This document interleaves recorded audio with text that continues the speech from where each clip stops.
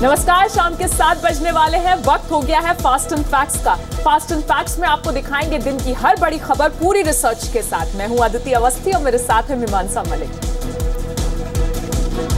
दिल्ली में narcotics control bureau ने 2 विदेशी नागरिकों के पास से करोड़ों रुपए की ड्रग्स बरामद की हैं। गिरफ्तार तस्करों में एक ब्राजील की रहने वाली महिला और दूसरा अफगानिस्तान का रहने वाला है।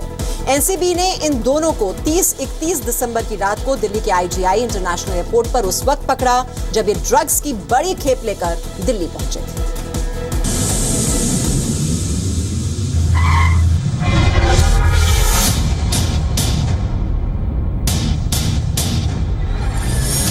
दिल्ली से पकड़े गए मौत के कैप्सूल। पेट में छिपाकर लाया जा रहा था जहर।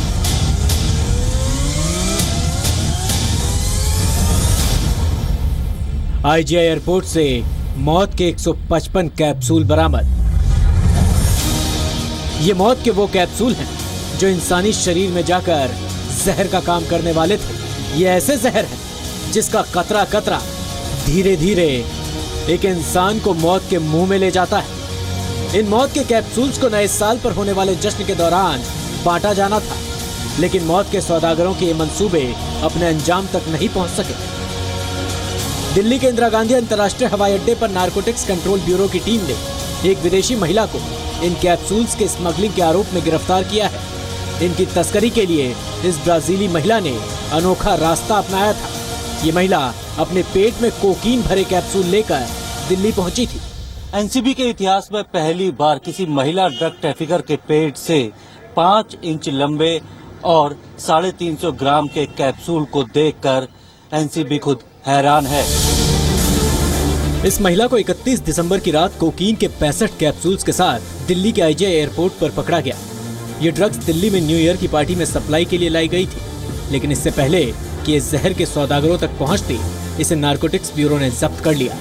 जो लेडी है उसका अल्ट्रासाउंड में, सीटी स्कैन में और एक्सरे में अबाउट 67 to 68 कैप्सूल्स आए हैं, जिसमें से 65 अभी तक पेट से निकाले जा चुके हैं। 2-3 शायद अभी भी उसके अंदर हैं, वो अभी बाहर नहीं आ पाए हैं। उस सिलसिले में जो डॉक्टर्स हैं अपनी तरफ से प्रयासरत हैं। नए साल के मौके पर मौत का एक और सौदा राजधानी में किया जाना था। ड्रग की एक और बड़ी खेप 4 जनवरी की रात भी पकड़ी गई। एनसीबी ने अफगान नागरिक मोहम्मद कासिम को जब पकड़ा तो उसके पेट से 90 कैप्सूल निकले। कासिम भी दिल्ली में किसी को ड्रग्स पहुंचाने के लिए आया था। दूसरा जो सीजर है उसमें जो अफगानी नेशनल है वो 90 कैप्सूल्स उसके पेट से निकले हैं, जिसमें से सभी के सभी बाहर आ गए हैं। 90 थे, सभी बाहर आ गए हैं और उसमें हेरोइन निकली है। ये जो अफगान नेशनल है 2015 से पहले भी यहाँ पर आ चुका है। नारकोटिक्स की टीम को पूछताछ के बाद पता चला है कि ड्रग्स की एक खेप दिल्ली एनसीआर समेत दूसरे शहरों में भी पहुंचाई जानी थी। फिलहाल नारकोटिक्स ब्यूरो की निगरानी में इन दोनों आरोपियों का इलाज चल रहा है, जिसके बाद पूछताछ में इस ड्रग नेटवर्क के बड़े चेहरे बेनकाब होने की आशंका है। ब्यूरो रिपोर्ट, जी मीडिया। समाजवादी पार्टी में जारी दंगल के बीच मुलायम सिंह यादव ने चुनाव आयोग को चिट्ठी भेजी है और साइकिल चुनाव निशान पर अपना दावा पेश किया है। सुबह से लखनऊ में समाजवादी नेताओं की कई बैठकों का दौर चला। पहले शिवपाल यादव अखिलेश यादव से मिले, फिर मुलायम ने अमर सिंह और शिवपाल यादव के साथ लंबी बातचीत की। नरेश अग्रवाल ने आरोप लगाया कि कुछ लोग नेताजी को अखिलेश के खिलाफ भड़का रहे हैं। कुछ लोग नेताजी के साथ जो लगे हैं, जिन्हें असुर शक्तियां कहा जाए, वो नेताजी को सोचने का मौका ही नहीं दे रहे हैं और वो लोग खुद ही नेताजी का कद घटाने पर लगे। ये बैक डोर पिछले दरवाजे से, चोर दरवाजे से प्रविष्टि करके राजनीति करने की प्रवृत्ति हमारी नहीं है। सूत्रों के मुताबिक अखिलेश अपनी कोर टीम और वरिष्ठ नेताओं के साथ मिलकर घोषणा पत्र तैयार कर रहे हैं। अखिलेश के घोषणा पत्र में फ्री मोबाइल गिफ्ट दिए जाने का ऐलान किया जा सकता है। इसके अलावा सड़क दुर्घटना में मौत या लावारिस लाशों को उनके घरों तक पहुंचाने की योजना का भी ऐलान हो सकता है। इस बीच बताया जा रहा है कि कांग्रेस और आरएलडी के साथ मिलकर अखिलेश गुट चुनाव लड़ने की तैयारी कर रहा है। देश के बेहतरीन एक्टर्स में एक ओम पुरी ने आज दुनिया को अलविदा कह दी। 66 साल के ओमपुरी की मौत दिल का दौरा पड़ने से हुई। ओमपुरी मुंबई के अपने घर में अकेले थे। आज सुबह उनके असिस्टेंट ने उन्हें पहली बार देखा, जिसके बाद उन्हें अस्पताल ले जाया गया। पीएम समेत कई साथी कलाकारों ने उनके निधन पर दुख जताया। एक्टर अनुपम खेर ने ट्वीट कर लिखा, मैं ओमपुरी को 43 साल से जानता था। वो मेरे लिए हमेशा एक महान कलाकार रहेंगे। एक अच्छे अभिनेता और इंसान की तरह दुनिया उन्हें याद रखेगी। ओमपुरी के निधन पर कई फिल्मी हस्तियों ने दुख जताया है। वो बड़े प्यार से हमको छोटे भैया कहते थे हमेशा। बहुत मिस करेंगे हम लोग उनको। भगवान उन्हें शांति दे और उनके परिवार को शक्ति दे ऐसे समय में। इतनी शोहरत पाने के बावजूद बहुत ही सादा तबीयत आदमी था। इस शोहरत का, इस रुपए पैसे का, इस यश का, इस ख्याति का उस पर कोई असर नहीं था। पहली बात तो बिलीव नहीं होता, क्योंकि कल भी हमने बात की, और ये शॉक इसीलिए है कि because he was absolutely healthy, तबीयत से बिल्कुल ठीक थे, ऐसा कोई इशू था नहीं। अंडे से पहले मेरे बाल डाई कर देना। ओमपुरी उन चंद कलाकारों में से एक थे जिन्होंने आर्ट सिनेमा से लेकर कमर्शियल सिनेमा तक में कामयाबी हासिल की। रंगमंच हो या सिनेमा, अपनी अदाकारी और आवाज से ओमपुरी ने हमेशा लोगों का दिल जीता। ओमपुरी का जन्म 18 अक्टूबर 1950 में हरियाणा के अंबाला शहर में हुआ था। ओमपुरी ने अपने फिल्मी सफर की शुरुआत मराठी नाटक पर आधारित फिल्म घासीराम कोतवाल से की थी। साल 1980 में रिलीज फिल्म आक्रोश ओमपुरी के सिनेमा करियर की पहली हिट फिल्म साबित हुई। ओमपुरी ने 100 से ज्यादा हिंदी और 20 हॉलीवुड मूवी में काम किया था। ओमपुरी पद्मश्री और ऑर्डर ऑफ ब्रिटिश एम्पायर से नवाजे जा चुके हैं।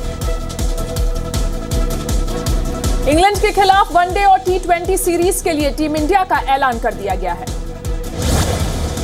3 वनडे और 3 ही T20 मैचों की सीरीज के लिए विराट कोहली कप्तान होंगे। युवराज सिंह की 3 साल बाद वनडे टीम में वापसी हुई है। 2 दिन पहले कप्तानी छोड़ने वाले MS धोनी भी दोनों फॉर्मेट की टीम में शामिल हैं। वनडे टीम में Virat Kohli, MS Dhoni, KL Rahul, Shikhar Dhawan, Manish Pandey, Kedar Jadhav, Yuvraj Singh, Ajinkya Rahane, Hardik Pandya, R Ashwin, Ravindra Jadeja, Amit Mishra, Jasprit Bumrah, Bhuvneshwar Kumar और उमेश यादव होंगे। जबकि T20 में Virat Kohli, MS Dhoni, Mandeep Singh, KL Rahul, Yuvraj Singh, Suresh Raina, Rishabh Pant, Hardik Pandya, R Ashwin, Ravindra Jadeja, Yuzvendra Chahal, Manish Pandey, Jasprit Bumrah, Bhuvneshwar Kumar, आशीष नेहरा शामिल हैं। सुरेश रैना टीम इंडिया में हालांकि वापसी नहीं कर पाए। दिल्ली की केजरीवाल सरकार के एक और मंत्री पर बड़ा दाग लगा है।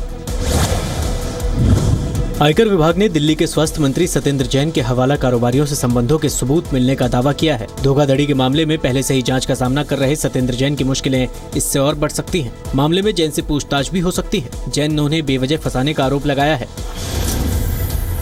जो भी आपने बताना हो, ये सिलेक्टिव लीक कैसे करते हो, ये चोर चूहे बिल्ली का खेल क्यों खेल रहे हो? अरे प्रेस कॉन्फ्रेंस करो, सबको बताइएगा। अब एक अखबार को दे देते हो, फिर अगले दिन दूसरे अखबार को देते हो, किसी एक टीवी चैनल को दे देते हो, सबको बताओ, अच्छी तरह बताइएगा। IT विभाग ने 2 डोजियर तैयार किया है, जिसमें कहा गया है कि सत्येंद्र जैन हवाला कारोबारियों से सीधे फोन पर बातें करते थे और उनके बीच कोड वर्ड में कुछ सौदे भी हुए। जांच में जैन के नियंत्रण वाली कंपनियों को 3 हवाला कारोबारियों की 56 कंपनियों से 16 करोड़ 39 लाख रुपए मिले। सत्येंद्र जैन के जीवेंद्र मिश्रा, अभिषेक चौखानी और राजेंद्र बंसल नाम के 3 हवाला कारोबारियों से संबंध थे। इन ऑपरेटर्स ने फर्जी कंपनियां बनाई, फिर चेक और RTGS के जरिए जैन की कंपनियों के शेयर खरीदे। फर्जी कंपनियों के जरिए अवैध रकम को सफेद किया गया और बड़े पैमाने पर करोड़ों की जमीनें खरीदी गई। सत्येंद्र जैन दिल्ली के CM अरविंद केजरीवाल के बेहद नजदीकी माने जाते हैं।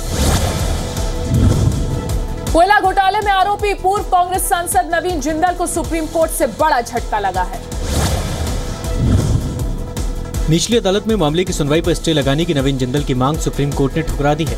निचली अदालत में कोयला घोटाले में लगे आरोपों को जिंदल ने सुप्रीम कोर्ट में चुनौती दी थी। जिंदल ने सुप्रीम कोर्ट में फैसला आने तक निचली अदालत में सुनवाई पर स्टे मांगा था। मामले की अगली सुनवाई 23 जनवरी को होगी। नवीन जिंदल पर आरोप है कि उन्होंने कोल ब्लॉक आवंटन के लिए सरकार को झूठी जानकारियां दी थी। जिंदल की कंपनी JSPL और गगन स्पॉन्ज आयरन प्राइवेट लिमिटेड को 2008 में अमरकोंडा मुर्गादंगल ब्लॉक मिला था। नवीन जिंदल पर गलत तथ्यों और दस्तावेजों के जरिए कोल ब्लॉक हासिल करने का आरोप लगा। सीबीआई की स्पेशल कोर्ट ने जिंदल पर आईपीसी की धारा 120B और 420 के तहत आरोप तय किए थे। 29 अप्रैल 2015 को सीबीआई ने नवीन जिंदल समेत 15 आरोपियों के खिलाफ चार्जशीट दाखिल की थी।